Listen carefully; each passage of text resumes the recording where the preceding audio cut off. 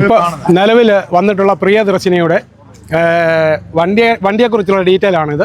ഇതൊന്ന് ശ്രദ്ധിക്കുക. ഇത് വണ്ടിക്ക് ഫിറ്റ്നസ് ഇല്ല, ഇൻഷുർ ഇല്ല, പൊല്യൂഷൻ്റെ പേപ്പറില്ല, ഒരു കാര്യങ്ങളുമില്ല. ഇങ്ങനെയുള്ള വണ്ടികൾ ബുക്ക് ക്യാൻസലായ ഒരു വണ്ടിയാണ് പ്രിയദർശിനിയായിട്ട് ആ കരുമാന്തോട് പത്തനംതിട്ട റൂട്ടിൽ ഇപ്പോൾ ഓടാൻ വന്നിരിക്കുന്നത്. ഇതിങ്ങനെ ഓടാൻ പറ്റുന്നുണ്ടോ? അത് വെഹിക്കിളിൻ്റെ പെർമിഷനോടുകൂടിയോ മന്ത്രിയുടെ പെർമിഷനോടുകൂടിയാണോ ഇത് ഓടാൻ പറ്റുന്നത്?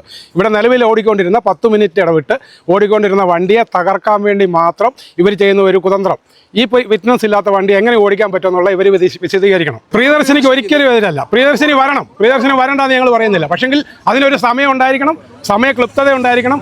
ഓടുന്ന വണ്ടിയുടെ സമയം എടുത്തല്ല ഓടേണ്ടത്. അതിനൊരു ടൈം ഷീറ്റ് ഉണ്ടാക്കി കൃത്യമായി ഓടേണ്ട ആവശ്യമുണ്ട്.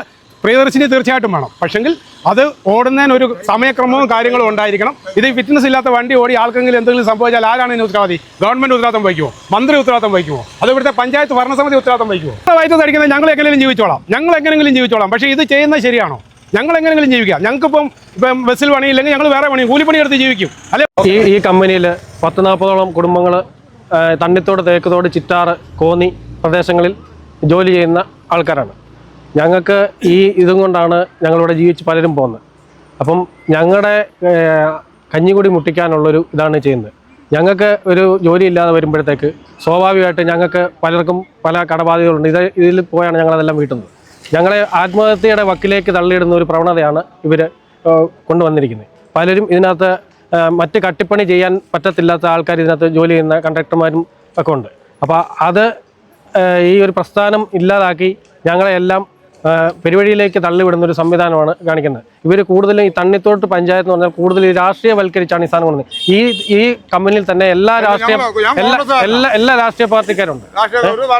അത് എല്ലാവരെയും കൂടെ ഇത് ബാധിക്കുന്ന രീതിയിലും ഈ ഒരു പ്രസ്ഥാനം ഇല്ലാതാക്കുന്ന രീതിയിലാണ് ഇവരുടെ ഈ പ്രവണത. ഇത് കൃത്യമായിട്ട് പഠിച്ച് ഇവർ ടൈം ക്ലിയർ ആക്കി എടുത്ത് ബോർഡിൽ ഇതിന്റെ ഇത് വെച്ച് ആ പെർമിറ്റ് എടുത്ത് ഇവർ ഓടുന്നതിൽ ഞങ്ങൾക്ക് പരാതിയൊന്നുമില്ല. ഞങ്ങൾക്ക് പ്രിയദർശിനി വരുന്നുണ്ട്. ഞങ്ങൾക്ക് ആർക്കും വേണമെന്നുണ്ടെങ്കിൽ പ്രൈവറ്റ് വണ്ടികൾക്ക് വേണം. അത് ബോർഡിൽ അപ്രൂവ് ചെയ്ത് പിന്നെ അതിന് ശേഷം RTO അവിടെ ചെന്ന് മീറ്റിംഗ് കൂടി ടൈം സെറ്റ് ചെയ്തതിന് ശേഷമാണ് ഓട്ടോമാറ്റിക്കലി ടൈം ഷെഡ്യൂൾ ആവുന്നത്. ഇതൊറ്റ രാത്രി കൊണ്ട് വന്നിട്ട് ഇത്ര വണ്ടി വേണം, ഇത്ര വണ്ടി ഇടാൻ പോവുകയാണെന്ന് പറഞ്ഞു കഴിഞ്ഞാൽ കാര്യങ്ങൾ നടക്കുന്നതാണോ? മറ്റുള്ളവരുടെ സംവിധാനങ്ങൾ നശിച്ചു പോകത്തില്ലേ? ഇതിനൊരു പ്രതിവിധി. ഞങ്ങളിതിനെതിരൊന്നുമല്ല.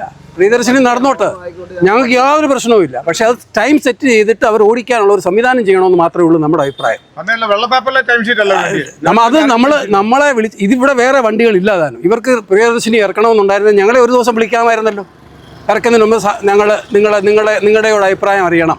ഒരു സാമാന്യ മര്യാദ ഉണ്ടായിരുന്നല്ലോ. ഒരു ചർച്ചയും നടന്നിട്ടില്ല. അവരൊരു ദിവസം വന്ന് നമ്മളെ വിളിച്ചതിന് ശേഷം ആ സമയത്താണ് ഇത് നടത്തേണ്ടിയിരുന്നത്. ഇത് വളരെ തെറ്റായ ഒരു പ്രവണതയാണ്. ഇന്ന് ഈ സംവിധാനം നിന്നു പോകാനുള്ളൊരു പ്രവണതയ്ക്കുള്ള ഇത് മുന്നോട്ട് പോകുന്നത്.